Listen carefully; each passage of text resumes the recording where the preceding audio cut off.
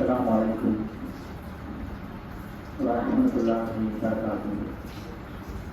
إن الحمد لله نعمله ونستعينه ونستغفره ونتوكل عليه من شرور أنفسنا ومن سيئات أعمالنا. من يهده الله فلا مضل له ومن يضلل فلا هادي له.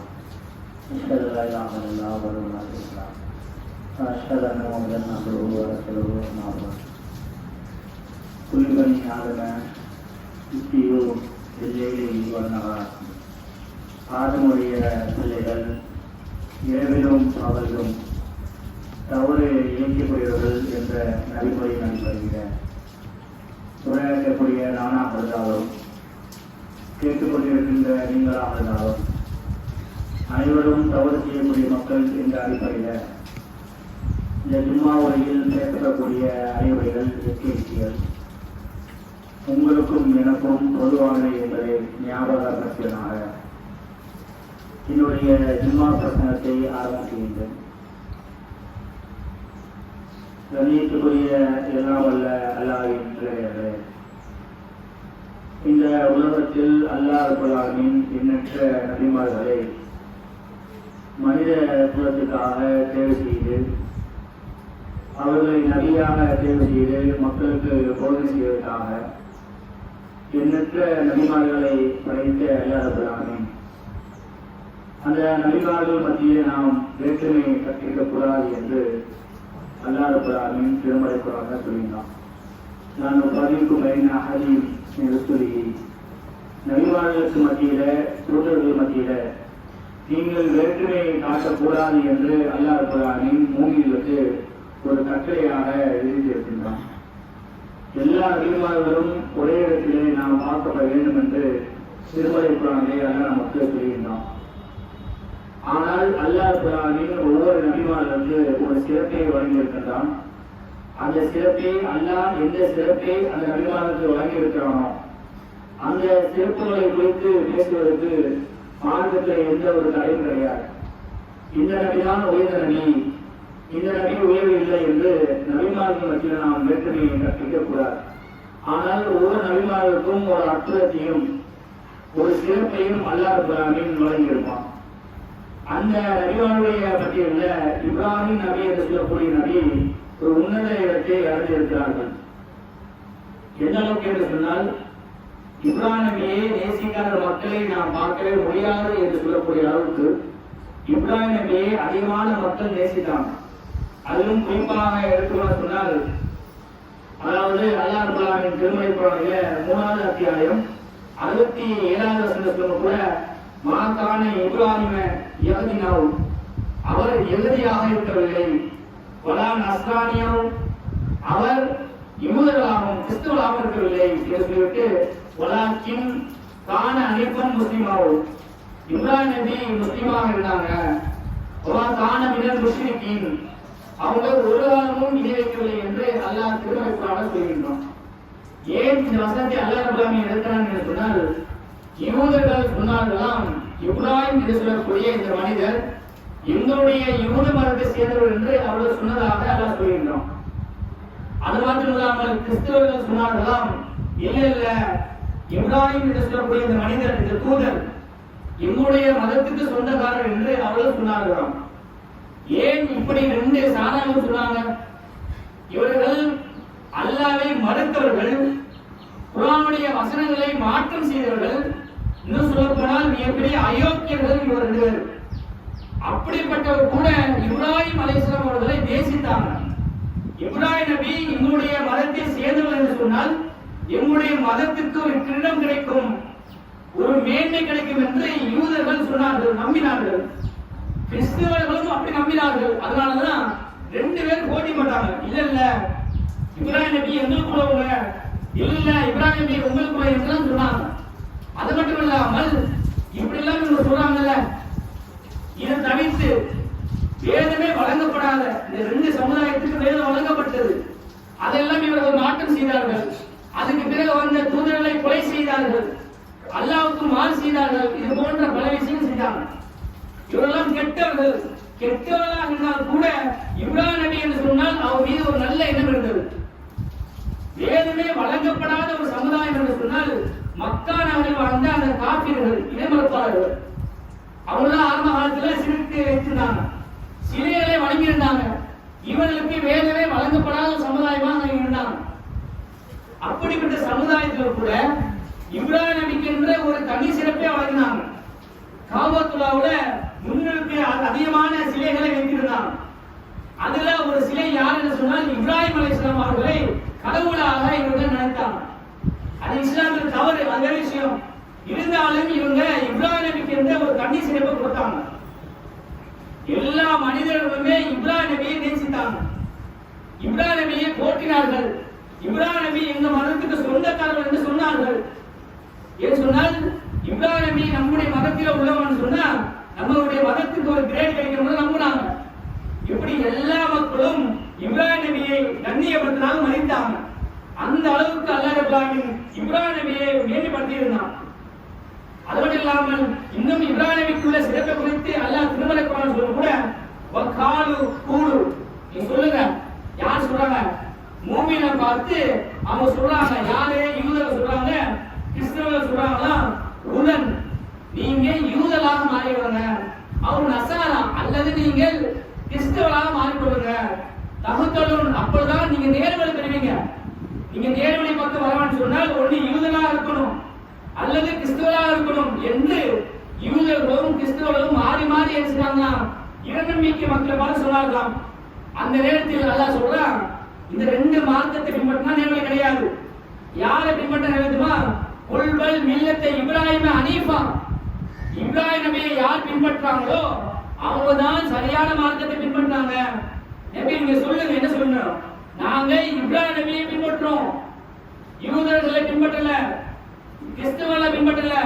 அந்த அளவுக்கு நான் சொல்றேன், ஒரு நபியை முன்னிட்டு அதுவும் குறிப்பாக இப்ராஹிம் நபியை மேல கட்டி இப்ராஹிம் நபி நீங்கள் பின்பற்ற சொல்லுங்க. ஒமாகான மினல் முஷ்ரிகீன், ஏன் சொன்னா அவங்க இணை வைக்கவே கிடையாது, சிறுக்கு வைக்கல. நீங்க தான் சிறுக்கு வைக்கிறீங்க.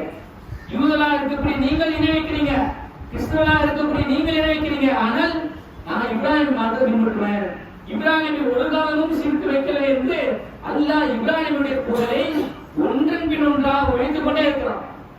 அது மட்டும் இல்லாமல் மேலும் அல்லாஹ் ரப்பல் ஆலமீன் சொல்லும் கூட லக்கத் கான லக்கும் ஃபீஹிம் உஸ்வத்துன் ஹஸனா, இந்த இப்ராஹிம் இருக்கிறான், இப்ராஹிம் நபி இடத்துல உங்களுக்கு அழகிய முன்மாதிரி இருக்கிறது. யாருக்கு? லிமன் கான யர்ஜுல்லாஹ், யார் அல்லாஹ்வை ஈமான் கொண்டிருக்காங்களோ, வல் யௌமில் ஆகிர், யார் மறுமையை நம்புறாங்களோ அவங்களுக்கு இப்ராஹிம் நபி இடத்துல ஒரு முன்மாதிரி இருக்குது என்று அல்லாஹ் சொல்றான். எல்லா நபிமார்கள் கூட அல்லாஹ் ரப்பல் ஆலமீன் இப்ராஹிம் நபியை கண்ணியப்படுத்தி இருந்தான். இது நம்ம உயர்த்தி பேசல, அல்லாஹ்வை உயர்த்தி பேசுறான். இப்ராஹிம் நபிக்கு அவ்வளவு சிறப்பு இருக்கிறவங்க யூதர்கள் எல்லாம் பாராட்டாங்க, இறைமறுப்பாளர்கள் நேசிக்கிறாங்க, அவர்கள் ஒரு கடவுளாக இருந்தாங்க. இப்படிப்பட்ட ஒரு சிறப்பை இப்ராஹிம் நபிக்கு அல்லாஹ் ரப்பல் ஆலமீன் வழங்கி இருக்கிறான். அப்படிப்பட்ட இப்ராஹிம் நபி தன்னுடைய வாழ்நாளில் அதிகமான பிரார்த்தனை செஞ்சிருக்கிறாங்க. எப்படி எல்லாம் பிரார்த்தனைகள், அந்த பிரார்த்தனை நம்ம ஒவ்வொரு பிரார்த்தனைகளுமே கவனிக்கப்பட வேண்டிய எல்லா பிரார்த்தனையும் சிறப்புக்குரிய பிரார்த்தனையா இருக்கும். இப்ராஹிம் நபி செய்த ஒரு பிரார்த்தனை குறித்து அல்லாஹ் திருமறை குர்ஆனில 14ஆம் அத்தியாயம் இப்ராஹிம் என்று சொல்லக்கூடிய அந்த அத்தியாயத்துல 40ஆம் வசனம் சொல்றான், ரப்பி ஜஅல்னி முகீம ஸலாத்த. இப்ராஹிம் நபி துஆ செய்றாங்களா, இறைவா என்னை தொழக்கூடிய மக்களா ஆக்கு. மேலும் சொன்னாங்களா, வ மின் துர்ரியத்தி ரப்பனா தகப்பல் துஆ, இறைவா என்னுடைய பிரார்த்தனையை ஏற்றுக்கொள், என்னையும் என்னுடைய சந்ததியையும் தொழுகையை நிலைநாட்டக்கூடிய மக்கள் என்று இப்ராஹிம் நபி துவா செஞ்சாங்க. வத்தகதல்லாஹு இப்ராஹிம கலீலா, இப்ராஹிமை நாம் உற்ற நண்பராக ஆக்கி இருக்கிறோம் என்று அல்லாஹ் சொல்றான். அப்படிப்பட்ட இப்ராஹிம் அலைஹிஸ்ஸலாம் என்ன துவா செய்றாங்க? ரப்பி ஜஅல்னி முகிம ஸலாத்த வ மின் துரியத்தி ரப்பனா தகப்பல் துவா. இறைவா, என்னையும் என்னுடைய வாரிசுகளையும் என்னுடைய சந்ததிகளையும் தொழுகையை நிலைநாட்டக்கூடிய ஆக்கு என்று இப்ராஹிம் நபி துவா செஞ்சிருக்கிறாங்க. இன்னைக்கு நம்ம அப்படி துவா செய்யணுமா? இப்ராஹிம் நபிக்கு என்று அல்லாஹ் ரப்பல் ஆலமீன் இன்னும் சில சிறப்பு கொடுத்தான். வதஹீது மின் மகாமி இப்ராஹிம முஸல்லா, இப்ராஹிம் நின்ற இடத்தை நீங்கள் தொழக்கூடிய இடமாக ஆக்கிக் கொள்ளுங்கள். ஒரு இறை தூதர் நின்ற இடத்தை நீங்க தொழக்கூடிய இடமாக ஆக்கிக் கொள்ளுங்கள் என்று அல்லாஹ் ரப்பல் ஆலமீன் அவ்வளவு பெரிய கண்ணியத்தை கொடுக்கிறான். அப்படிப்பட்ட இறை தூதர் இப்ராஹிம் அலைஹிஸ்ஸலாம் அல்லாஹ்விடம் துஆ செய்றாங்க, இறைவா, என்னையும் என்னுடைய சந்ததியும் தொழுகையை நிலைநாட்டக்கூடிய மக்களா ஆக்கு. அவங்க தொழுகை விடுவாங்களா? வணக்க வழிபாடுகளை பொடுப்போக்க இருப்பாங்களா? தொழுகை கண்டு அதிகமான சாக்கு நோக்குகள். ஏங்க பஜைக்கு வரல? இல்ல பாய், நெட்ல வீட்டுல கரண்ட் இல்ல பாய், நைட்டெல்லாம் வேலை முடிச்சோம் லேட்டாச்சு பாய், பையன் குறும்போடு இல்ல பாய், ஏதாவது காரணம் சொல்லி ஒவ்வொரு தொழுகைக்கும் பல காரணம் சொல்லுவோம். ஏங்க தொழு வரல? அவன் வர என்ன செய்வாரு? அவர் தக்கனவாறு காரணம் சொல்லுவாங்க. சில காரணங்கள் நியாயமான காரணமா இருக்கும், சில காரணங்கள் நியாயமற்ற காரணமா இருக்கும். ஆனால் காரணம் சொல்லுவோம், தொழுகைக்காக காரணம் சொல்லுவோம், தொழாமல் இருப்போம். இப்ராஹிம் நபி அப்படி இருப்பாங்களா? இருந்தாங்களா? இல்லையா? இப்ராஹிம் நபி நின்ற இடத்தை ஒரு வணக்கரமாக மாற்ற சொன்னால் அவங்க எப்படி வணக்க வழிபாடு செஞ்சிருப்பாங்க? நாம் இது போன்ற பிரார்த்தனைகள் அல்லாஹ்விடம் கேட்கிறோமா? இறைவா, என்னையும் என்னுடைய சந்ததிகளையும் தொழுகையை நிலைநாட்டக்கூடிய மக்கள் ஆக்கு. நாங்கள் தொழுகையை விடக்கூடாது, அது சரிவர செய்து வேணும் என்று நாம் பிரார்த்தனை செஞ்சிருக்கிறோம். ஆனால் ஒரு நபி, சிறந்த நபி, அல்லாஹ்வுடைய தூதர், அல்லாஹ்வுடைய தூதராக இருக்கிறாங்க, அல்லாஹ்வுடைய நண்பராக இருக்கிறாங்க. அப்படிப்பட்ட ஒரு நபி அல்லாஹ்விடத்தில் தொழுகைக்காக எவ்வளவு பெரிய முக்கியமான காரியம். அதனாலதான் செய்றாங்க, இது மாதிரியான பிரார்த்தனை செய்தாங்க. அது மட்டும் இல்லாமல் இப்ராஹிம் நபி செய்த துஆக்களிலே இன்னொரு துஆ சொன்னால், இதுகால இப்ராஹிம் அல்லாஹ்வுக்கு துஆ செய்தாங்களாம். அல்லாஹ் திருமறை குர்ஆனில அதை இப்ராஹிம் என்று சொல்லக்கூடிய அத்தியாயத்துல 35வது சொல்றாங்க, ரப்பி ஜஅல் ஹாதல் பலத ஆமினோ, இறைவா, நான் வசிக்கக்கூடிய இந்த இடத்தை பாதுகாப்பு மிக்க விடாம ஆக்கு என்று இப்ராஹிம் நபி துஆ செஞ்சாங்க. யாருக்காவது இந்த மாதிரியான தொலைநோக்கு பார்வையில துஆ செஞ்சிருக்கோம்? நம்ம என்ன செய்வோம்? நம்ம அலையில படிக்கிறோம், அதிகபட்சம் நம்ம குடும்பத்துக்காக துஆ செய்வோம். யாருக்காவது இந்த ஏழ்வழிக்காக துஆ செய்வோமா? இந்த ஏழ்வழியில மக்கள் நல்லா இருக்கணும், பாதுகாப்பா இருக்கணும், ஏழ்வழியில என்னென்ன பிரச்சனை இருக்குதோ அந்த பிரச்சனை எல்லாம் இல்லாத மக்களா இருக்கணும் என்று ஏழ்வழிக்காக குறைஞ்சபட்சம் நம்ம பகுதிக்காக துஆ செஞ்சிருக்கோமா? இல்ல இந்த தெருவாசிக்காக துஆ செஞ்சிருக்கோமா? நம்ம துஆவை அமைச்சிருக்கிறோமா? இப்படி அமைக்க மாட்டோம். ஆனால் இப்ராஹிம் அலைஹிஸ்ஸலாம் தான் வசிக்கக்கூடிய அந்த பகுதிக்காக அல்லாஹ் துஆ செஞ்சாங்க, இறைவா, நான் வசிக்கக்கூடிய இந்த பகுதியை பாதுகாப்பு மிகுந்த சூழலாக்கு. பாதுகாப்பு சொன்னா ரெண்டு வட்டாரம். ஒன்று உடல் ரீதியாக அசுத்தங்களை விட்டு நீக்குவது, இரண்டாவது ஈமான், சிறுக்கு பக்கம் போகாமல் இருக்கணும். ஏற்படுத்தலாம் சிறு எந்த இப்ராஹிம் நபி சிலைகளை உடைத்தார்களோ அந்த இப்ராஹிம் நபி பெயரை வைத்துக் கொண்டு இப்ராஹிம் அலைஹிஸ்ஸலாம் என்ற ஒரு தர்காக்களை கட்டி வச்சிருக்காங்கல்ல. எத்தனை மக்கள் சிறுக்கு போயில இன்னும் முட்டி கொண்டு இருக்கிறாங்க, வழிகாட்டு பக்கம் போய் கொண்டு இருக்கிறாங்க.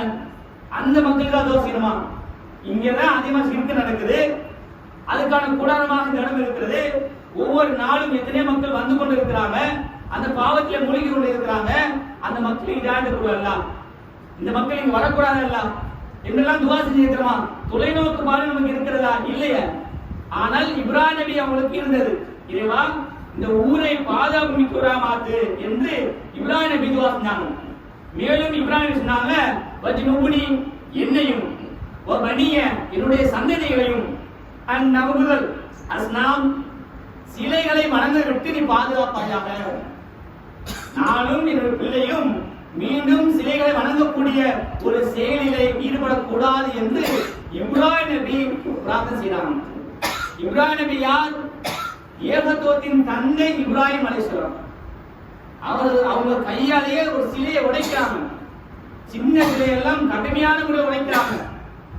ஒரு ஆள் உடைக்கிறான்னு சொன்னா அந்த நேரத்தில் ஒரு ஈமான் வலு இருக்க வேண்டும், அது மீது கடுமையான அதிர்ச்சி இருக்க வேண்டும். அப்பதான் உழைப்போம். ஒரு வீட்டுல ஒரு கடுமையா கோவம் இருங்க, என்ன செய்யணும்? கையில கொண்டு உடைச்சிடும், போனா பார்க்க மாட்டோம், உடைச்சிடும். கடுமையான ஒரு கோபத்தினுடைய வெளிப்பாடு காரணமாகதான் கையில இருந்தாலும் உடைச்சிடும்ல. அப்படி அந்த அளவுக்கு கோபம் இருக்கும். அந்த அளவுக்கு சிலை வழிபாடை இப்ராஹிம் அலைஹிஸ்ஸலாம் விடுத்தாங்க. அதனால சிலையை உடைக்க போறாங்க. சிலைக்கு எதிராக பல நேரங்களில் பிரச்சாரம் செய்யறாங்க. ஒரு நேரத்துல உணவுகளை கொண்டு போய் சிலை முன்னாடி நின்று நீ சாப்பிடு, பாய் பக்கத்துல போய் சாப்பிட வைக்கலாம், சாப்பிடு அப்படின்னு நிற்குது. இதெல்லாம் இறைமறுப்பாளர்கள் யாரெல்லாம் சிலையை வணங்குறாங்களா அவங்களாம் பார்த்துட்டு இருக்காங்க. சிலையை சாப்பிடு, சாப்பிட மாட்டேங்குது. அப்படியே சில அடிக்கிறாங்க, சப்பு சப்பு அடிக்கிறாங்க. என்ன சாப்பிட மாட்டேங்கிறா? சாப்பிடுறதுனால உனக்கு அந்த உள்ள மக்களும் கேட்கிறாங்க, யார் அந்த சிலைகளை வணங்குறாங்களோ கேட்கிறாங்க. இப்ராஹிமே, அது சாப்பிடாத உனக்கு தெரியாதா? அதை போய் அடிக்கிறிய அவன் கேட்கும்போது, இதுதானே நான் சொல்றேன், சாப்பிட முடியாத, சாப்பிட கூடாத, சாப்பிட கூடாத, திங்காத, அதை போய் நீங்க கடவுளா நினைக்கிறீங்களே, ஏன் முட்டாள்தனமா நீங்க சிந்திக்கிறீங்க? அது தவறுதான பிரச்சாரம் செய்யறேன் என்று அந்த மக்களே செய்றாங்க. உண்மையை சொல்லக்கூடிய அளவுக்கு இப்ராஹிமுடைய பிரச்சாரம் ஷிர்க்குக்கு எதிராக இருந்தது, சிலைக்கு எதிராக இருந்தது. அப்படிப்பட்ட இப்ராஹிம் அலைஹிஸ்ஸலாம் தான் செய்றாங்க, அல்லாஹ்விடத்துல இறைவா இது மாதிரியான ஷிர்க்கை விட்டு எனக்கு பாதுகாப்பு வழங்கு என்று இப்ராஹிம் நபி அவங்க செய்றாங்க, அல்லாஹ்விடத்துல துஆ செஞ்சிருக்கிறாங்க. அது எந்த அளவுக்கு சொன்னால், இப்ராஹிம் நபி சிலை வழிபாடை கடுமையான முறையில் எதிர்த்தாங்க. யாபதி லா தஅபுது ஷைத்தான், என்னோட தந்தையை நீங்க வணங்கக்கூடியது ஷைத்தான். தந்தையை போல்டா பேசுறாங்க, நீ வணங்கக்கூடிய தெய்வம் கிடையாது, அது சிலை என்பது அது ஷைத்தான். அது மட்டும் இல்லாம இன்ன ஷைத்தான கானலே ரஹ்மானி அஷியா, அது அல்லாஹ்வுக்கு ஷைத்தான் மாறு செய்யக்கூடியவன், அது அல்லாஹ்வுக்கு மாறு செய்யக்கூடியதை நீங்க வணங்குறீங்க, வணங்காதீங்க தந்தையே என்று தன் தந்தையிடம் ஆக்கப்பூர்வமாக கோபத்தின் வெளிப்பாடு காரணமாக சொல்றாங்க. தந்தையை வணங்காதீங்க, வணங்குறது ஷைத்தான், நான் தஅபுது ஷைத்தான், நீ ஷைத்தான் வணங்கி இருக்கிறீங்க என்று இப்படி ஷிர்க்கை எதிர்த்த இப்ராஹிம் அலைஹிஸ்ஸலாம் அல்லாஹ்விடத்தில் வாங்குறாங்க. இறைவா, நானும் என்னுடைய பிள்ளையும் ஷிர்க்கு பக்கம் போகவே கூடாது. இப்ப நம்ம துஆ செஞ்சோம், நான் மீண்டும் அல்லாஹ் பக்கம் போக மாட்டேன்னு சொல்லுவோம், அல்லாஹ் நம்ம காப்பாற்றணும், நம்ம போக கூடாது. ஆனால் நம்ம பிரார்த்தனைகளை நம்ம செய்ய வேண்டும். இப்ராஹிம் நபி செஞ்சிருக்காங்களே, ஏகத்துவத்தின் தந்தை என்று அழைக்கப்பட்ட இப்ராஹிம் அலைஹிஸ்ஸலாம் அவங்க அல்லாஹ் சொல்றாங்க, இறைவா நான் ஷிர்க்கு பக்கம் போக கூடாதுன்னு துஆ செய்தால் நாம் இந்த துஆ செய்யணும். இதை விட ஆழமாக அதிகமாக ஷிர்க்குக்கு எதிராக துஆ செய்ய வேண்டும். அது மட்டும் இல்லாமல் இப்ராஹிம் நபி பல பிரார்த்தனை செய்தால் கூட அதுல கவனிக்கப்பட வேண்டிய பிரார்த்தனையில மிக முக்கியமான சில பிரார்த்தனை இருக்கிறது. எல்லா பிரார்த்தனையும் கவனிக்கப்பட வேண்டும், அதுல மாற்று கருத்து கிடையாது. இருந்தாலும் இந்த பிரார்த்தனையை ரொம்ப உன்னிப்பாக கவனிக்கணும். ரப்பனா வஜஅல்னா முஸ்லிமைன் மைனிலக, இறைவா என்னை உனக்கு கட்டுப்படக்கூடிய மக்களா ஆக்கு என்று இப்ராஹிம் அலைஹிஸ்ஸலாம் துஆ செய்றாங்க. யார் துஆ செய்றார்? இப்ராஹிம் அலைஹிஸ்ஸலாம் துஆ செய்றாங்க, இறைவா என்னுடைய உள்ளத்தை, என்னுடைய ஆன்மாவை உனக்கு கட்டுப்பட்டு நடக்கக்கூடிய மக்களா ஆக்கு, என்ன ஆக்கி வைப்பாயாக என்று இப்ராஹிம் அலைஹிஸ்ஸலாம் துஆ செய்றாங்க. இப்ராஹிம் நபி எப்படிப்பட்ட நபி? கட்டுப்படுங்க என்று சொன்னாலே அதற்கு முதல்ல வரக்கூடிய நபி என்று சொன்னால் அது இப்ராஹிம் நபி.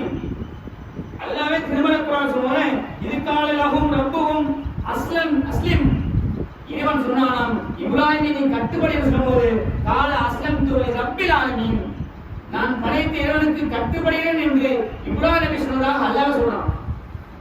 மாற்று கருத்து கிடையாதுங்க. நம்மளால என்ன செய்வோம், ஏதாவது சாக்கு போக்கு சொல்லுவோம். கட்டுப்படு சொன்னா ஏதாவது காரணம் சொல்லுவோம், தொழிலுக்கு காரணம் சொல்லுவோம், ஆடம்பர திருமணம் செய்யணும் அதுக்கு ஒரு காரணம் சொல்லுவோம், இன்னும் பிற வணக்க வழிபாடுக்கு ஒரு காரணம் சொல்லுவோம், ஏதாவது ஒரு விஷயத்துக்கு காரணம் சொல்லிக்கொண்டே இருப்போம். அல்லாஹ் கட்டுப்பட விஷயத்துல நாம் மாறு செய்து கொண்டே இருக்கிறோம். ஆனால் இப்ராஹிம் அப்படியா?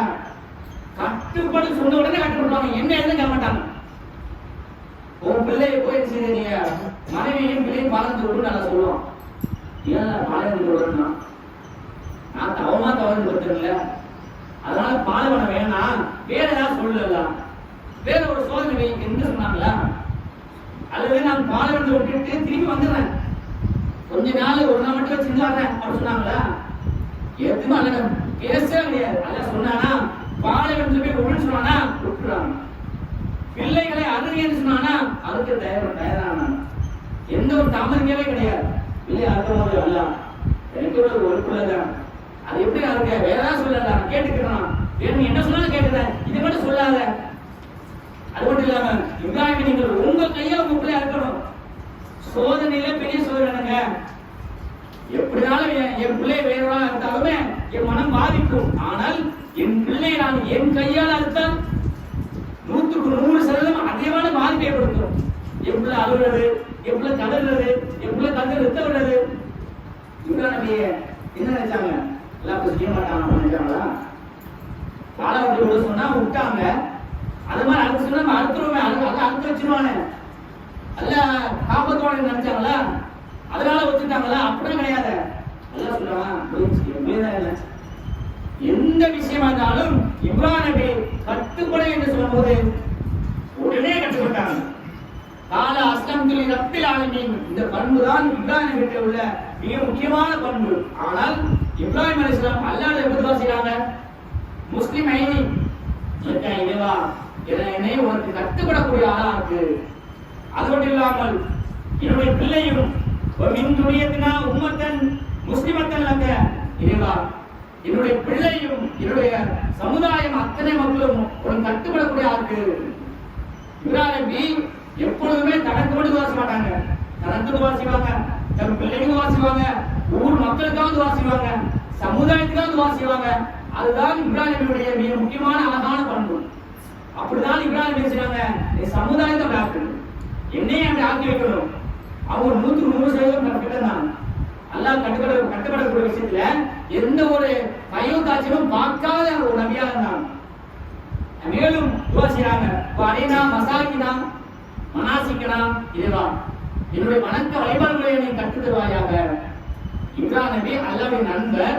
அந்த இப்ராஹிம் நபி அல்லாஹ் சொல்றாங்க, இறைவா எப்படி வணங்க வேண்டும் என்ற வழிபாட்டு முறையை நீ சொல்லித்தா என்று இப்ராஹிம் நபி கேட்கிறாங்க.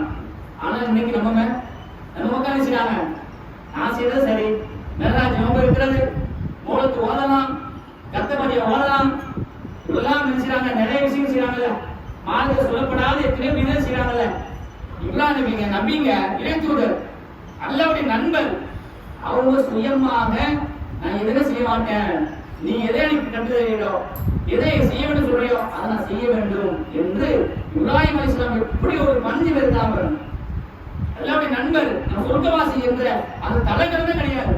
எப்பொழுதுமே அல்லாஹ்வுடைய அடிமை என்ற விஷயத்துல அடிப்படை போறாங்க, தெரிஞ்சுறாங்க. அல்லாஹ்ட்ட எல்லாம் சரியா இருக்கு, இனி ஈமான் அதிகமாக்கு, இது இறைச்சவடியாக்கு என்று இப்ராஹிம் நபி துஆ செஞ்சாங்க.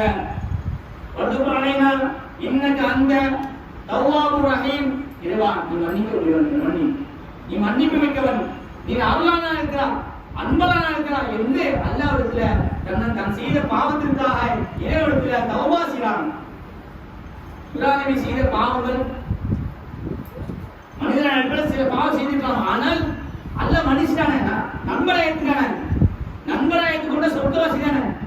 இருந்தாலும் இப்ராஹிம் நபி அல்லாஹ்விடத்துல தான் செய்த பாவத்திற்காக அல்லாஹ்விடத்தில் மன்றாடினார்கள். இவா நான் செய்த பாவத்தை மன்னிச்சிரு, இதை மன்னிப்பு மிக்கவா இருக்கிறா. இதெல்லாம் நாம கேட்கிறோங்க. இப்ராஹிம் நபி 100% அந்த செயல் எல்லாம் அப்படி எல்லாம் இருந்துச்சு. அல்லாஹ் கட்டப்படக்கூடிய விஷயம் இருந்துச்சு, தொழக்கூடிய விஷயம் இருந்தது, எல்லா பண்புமே இப்ராஹிம் நபிக்கு ஆல்ரெடி இருந்துச்சு. அதை அதிகப்படுத்த வேண்டும் என்று துஆ செய்தாங்க.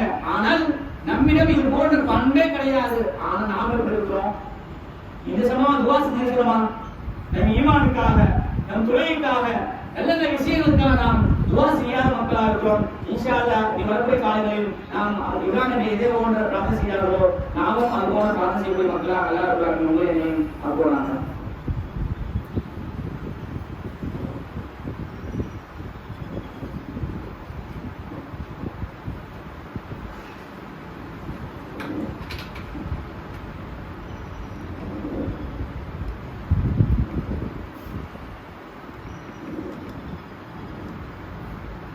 அஸ்ஸலாமுஅலைக்கும் வரஹ்மத்துல்லாஹி வபரகாத்துஹு.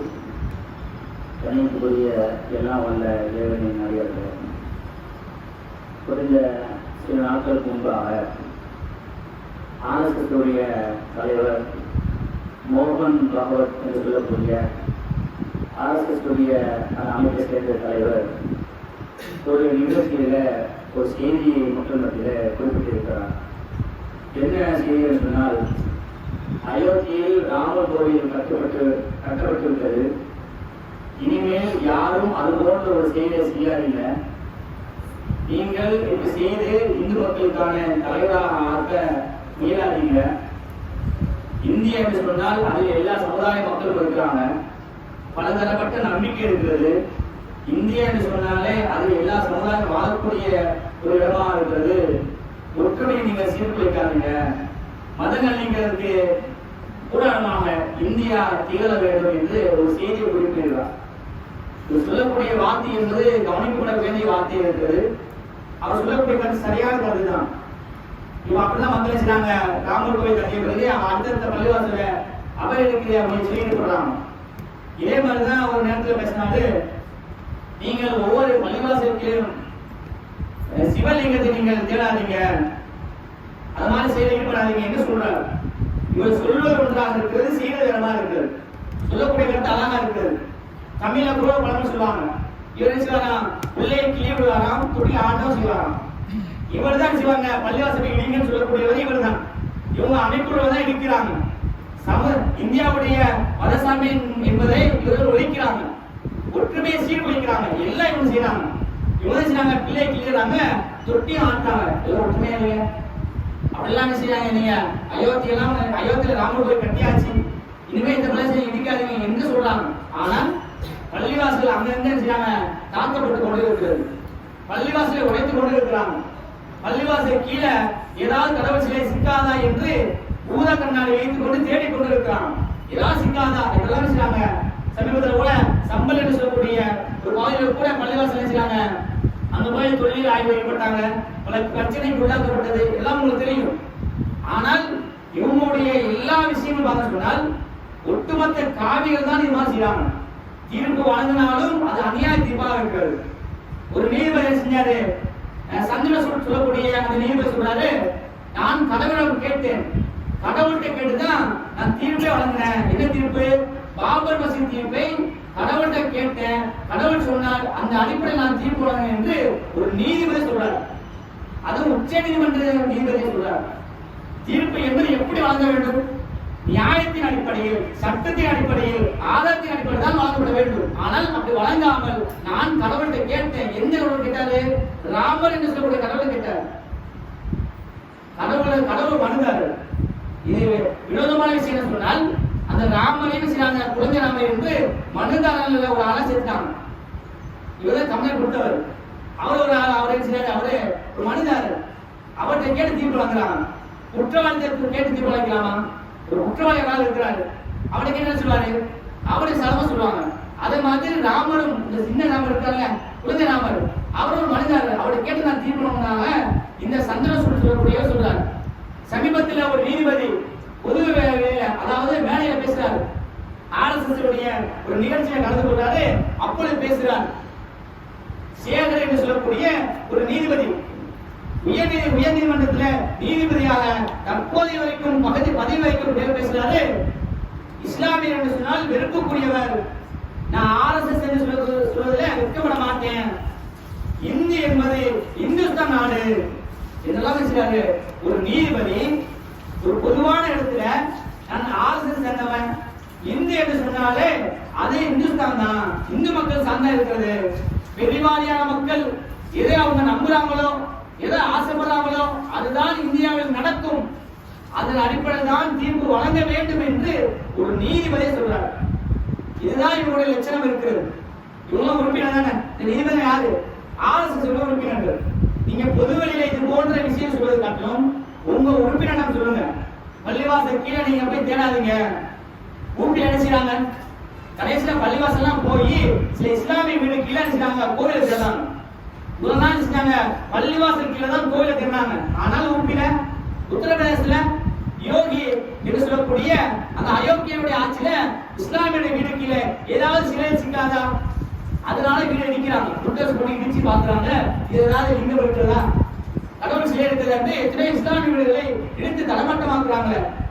இவர் சொல்லக்கூடிய விஷயம் பொதுவெளி சொல்ல வேண்டாம். உங்களுடைய உறுப்பினர்கள் நீங்க தெளிவாக கொடுத்து இது மாதிரியான இந்தியா என்று சொன்னால் அதை எல்லா மக்களும் வாழக்கூடிய நாடு, அது சமத்துவம் மிக்க நாடு என்பதை உங்க மக்களுக்கு நீங்கள் உபதேசம் சொல்ல வேண்டும் என்பதை ஒரு தகவலாக சொல்லிக்கொண்டு உரை நிறைவு செய்கின்றேன். வாழ்கிறார்.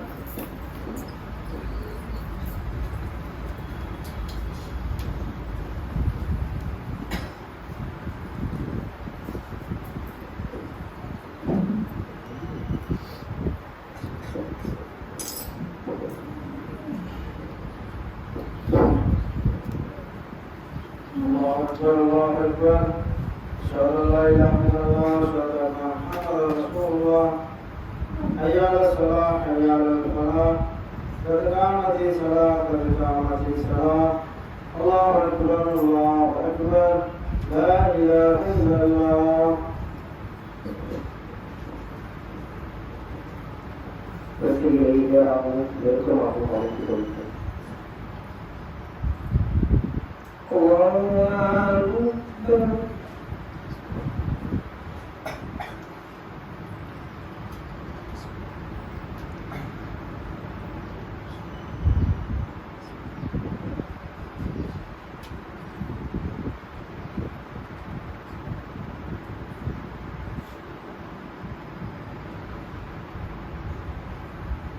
الحمد لله رب العالمين الرحمن الرحيم مالك يوم الدين إياك نعبد وإياك نستعين اهدنا الصراط المستقيم صراط الذين أنعمت عليهم غير المغضوب عليهم ولا الضالين.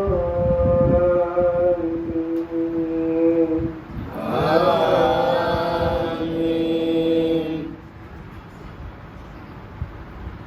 سبح اسم ربك الأعلى الذي خلق فسوى والذي قدر فهدى والذي أخرج المرعى فجعله غثاء أهوى سنقرئك فلا تنسى إلا ما شاء الله إنه يعلم الجهر وما يخفى ونيسرك لليسرى فذكر إن نفعت الذكرى سيذكر من يخشى ويتجنبها الأشقى الذي يصلى النار الكبرى ثم لا يموت فيها ولا يحيا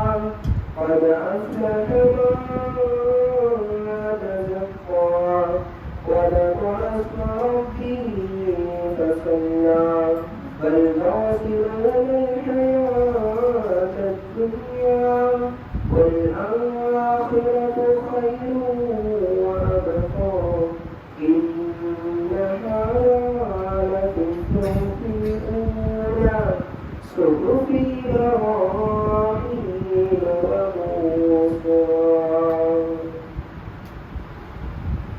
الله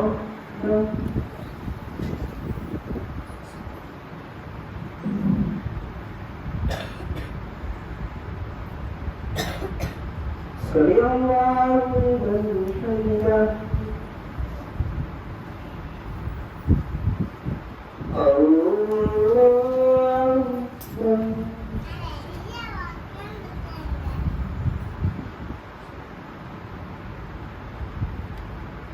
الله أكبر الله أكبر.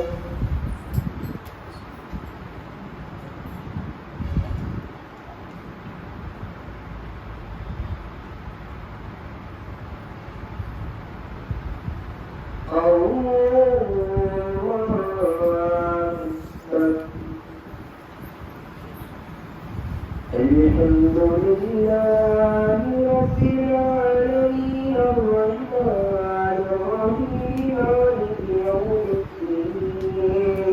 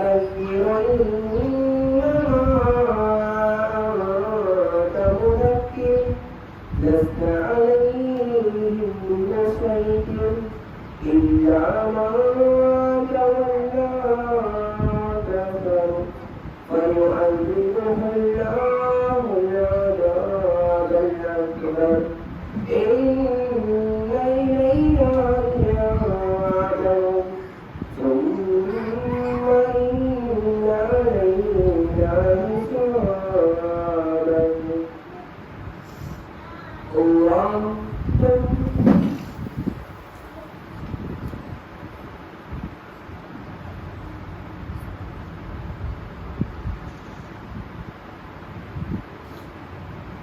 سمع الله لمن حمده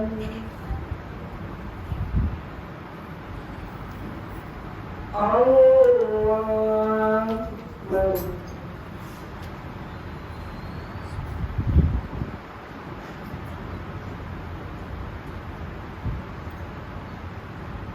الله أكبر الله أكبر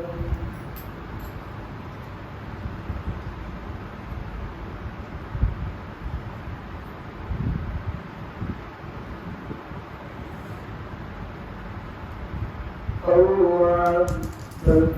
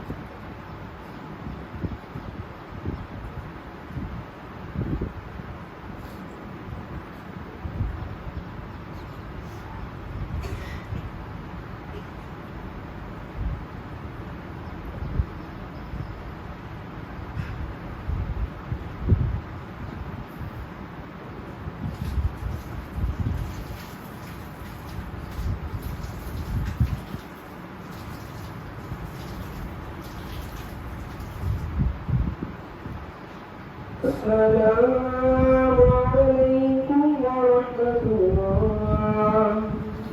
السلام عليكم ورحمة الله.